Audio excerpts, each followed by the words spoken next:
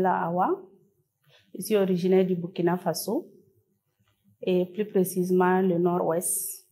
J'ai étudié dans le domaine du droit. J'ai un master en droit des affaires et j'ai un master en banque et finance aussi. J'ai déjà travaillé beaucoup au niveau de la banque, plus de 15 années d'expérience.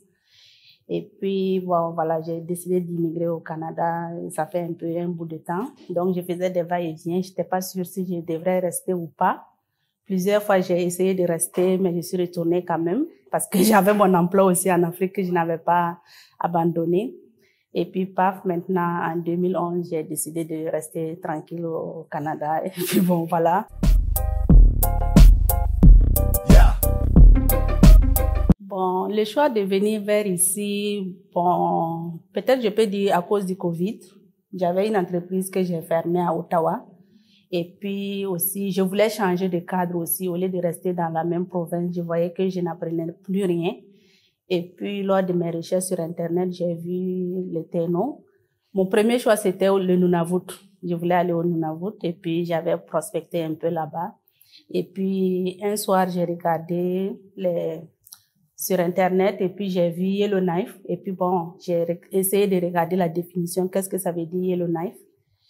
Et maintenant, je me suis dit, bon, pourquoi pas essayer Yellowknife? Parce que j'ai regardé les images, la population, et puis c'est pas une grande ville. Ça m'a beaucoup impressionné parce que les grandes villes, ça bouge beaucoup, il y a trop de choses. Je me suis dit, bon, dans une petite ville, ça sera un peu calme.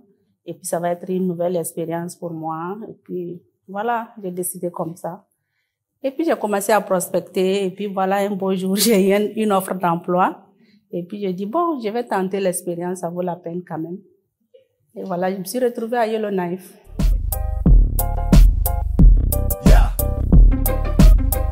Bon, mes défis à Yellowknife, je me dis, bon, la population est vraiment accueillante. Je me suis dit, c'est vrai que la population est plus anglophone. Bon, je parle anglais pas beaucoup. Je me suis dit, avec le fait de vivre à Yellowknife, je pourrais bien améliorer mon anglais. Et puis bon, et tel que j'ai vu la population aussi, je me suis dit, bon, c'est une ville que je pourrais m'intégrer facilement. Et puis bon, je pourrais apporter aussi ma petite expérience à la communauté qui est Yellowknife, vraiment qui est très chaleureux et accueillant.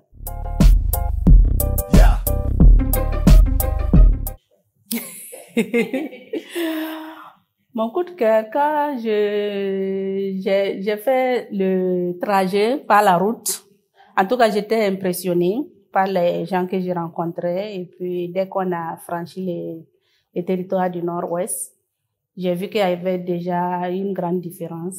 Bon, par le langage, les gens sont plus disponibles et les gens sont plus accueillants. En tout cas, j'ai beaucoup aimé ma première impression était vraiment bien. Dès que je suis arrivée aussi pour m'installer, j'ai eu beaucoup de gens qui m'ont aidé. Je me suis bien installée. C'est comme j'ai dit aussi les CEDETNO. Ils m'ont beaucoup aidé. Plus précisément, je tiens à remercier M. Alexander et puis Isidore qui ont vraiment contribué à ce que je puisse m'installer sans difficulté. Et puis aussi, j'ai rencontré d'autres personnes de CEDETNO et je vois que les gens sont vraiment très aimables. Et jusqu'à présent, je n'ai pas eu de problème avec la population ici. Même au niveau du travail aussi, les gens sont vraiment très gentils, très accueillants. Et je trouve que c'est une belle expérience pour moi.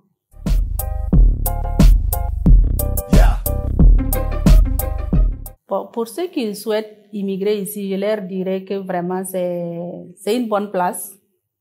En tout cas, je leur dirais de ne pas hésiter parce que ça dépend de tout un chacun. Il y a des gens qui aiment les grandes villes. Quelqu'un qui aime la grande ville, ça serait difficile pour lui de rester ici. Mais ceux qui sont partisans de petites villes, une petite communauté, je pense qu'ils vont trouver leur intérêt à Yellowknife ici. Ouais.